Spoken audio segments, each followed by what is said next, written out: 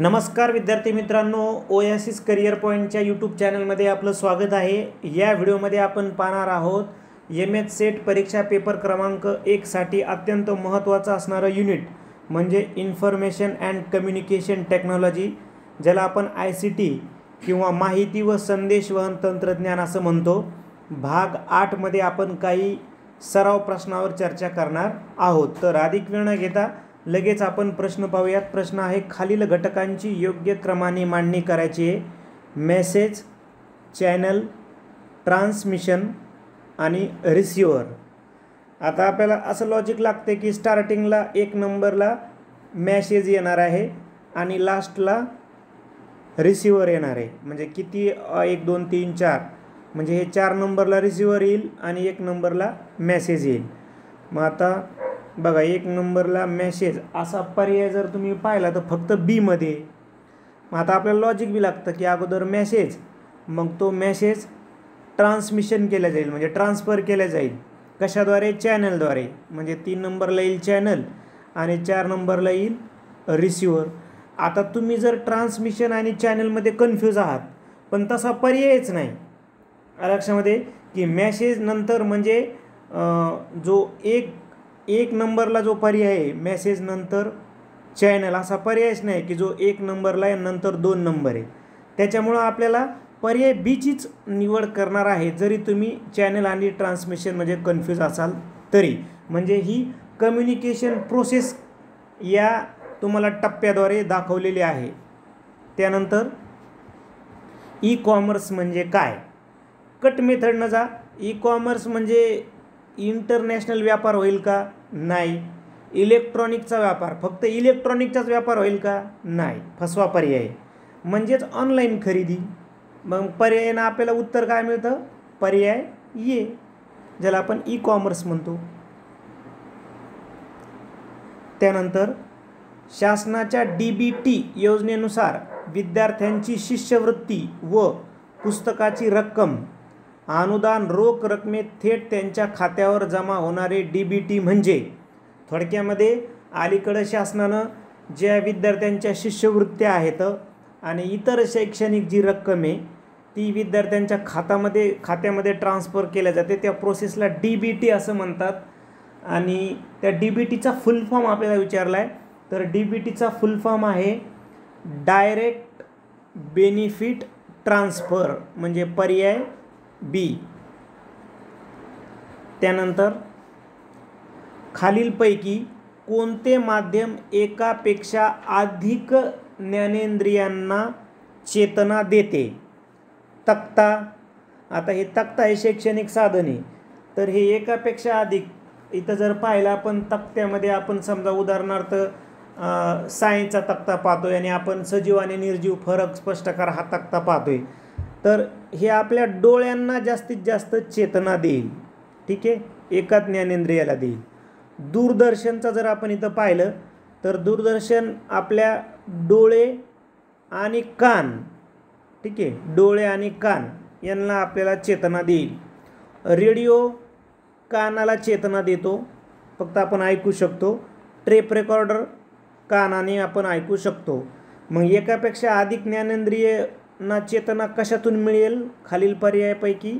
तर खालील पर्यायापैकी दूरदर्शनकडून आपल्याला, म्हणजे हे ऑडिओ व्हिडिओ व्हिज्युअल आहे ना, आपल्याला आवाज पण ऐकल्यानं समजल आणि डोळ्यांनी व्हिडिओ पाहिला तरी पण आपल्याला ते समजते, ठीक आहे। म्हणून पर्याय बी हे आपल्या प्रश्नाचं उत्तर आहे।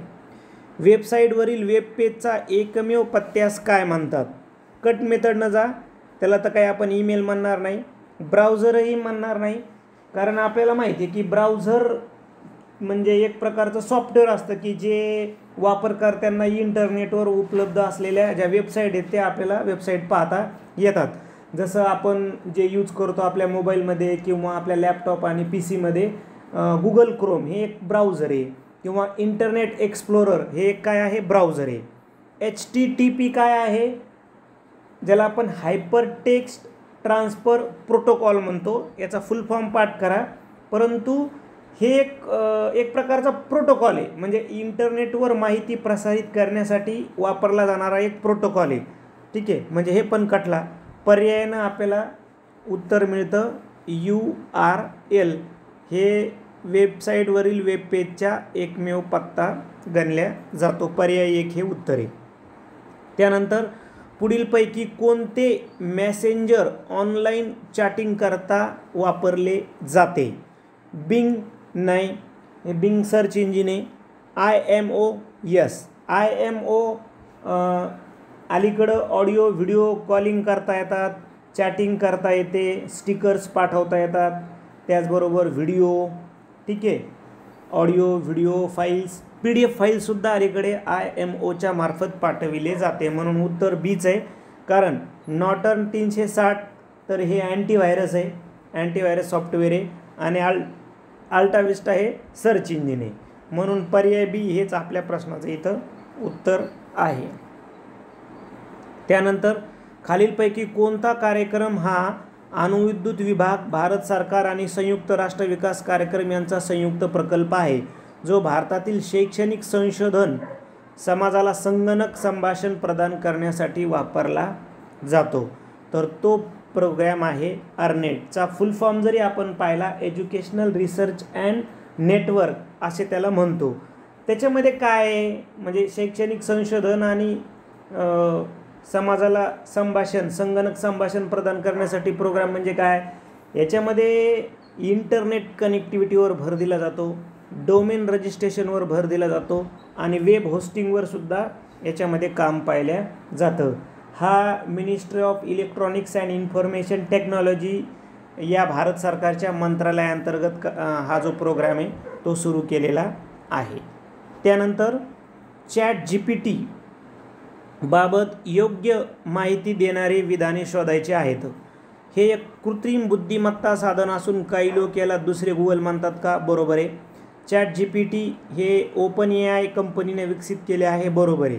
म्हणजे A आणि B दोन्हीही हे योग्य सांगणारे पर्याय आहेत. अलीकडं आपल्याला माहिती आहे AI म्हणले की आपल्यासमोर ChatGPT येते, आणि कंपनी म्हणजे अमेरिकन कंपनी OpenAI.